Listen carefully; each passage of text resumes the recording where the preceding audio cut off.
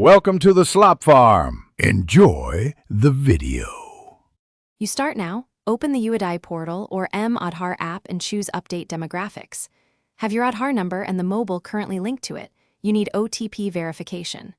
Upload clear scans of the proof of name or address, PDF or JPEG, and crop to show details only. Use a desktop or laptop for stability, but the app works. Once done, request an update request number. This lets you track progress. Make sure files meet size and format limits to avoid rejection. You now complete the form carefully. Enter name and address exactly as on your proof to reduce verification queries.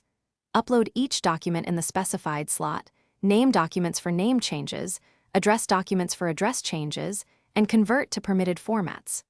Pay the small processing fee online with card or UPI, then authorize the change by entering the OTP sent to the registered mobile.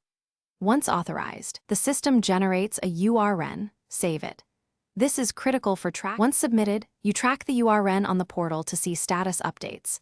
Verification can take from a few days up to 90 days depending on the verifier.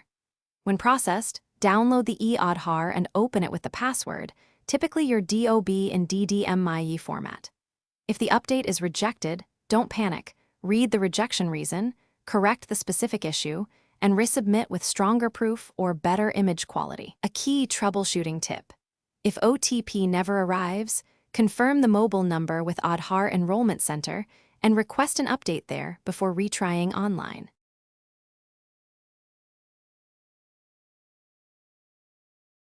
Thanks for watching. Consider subscribing if we helped you today.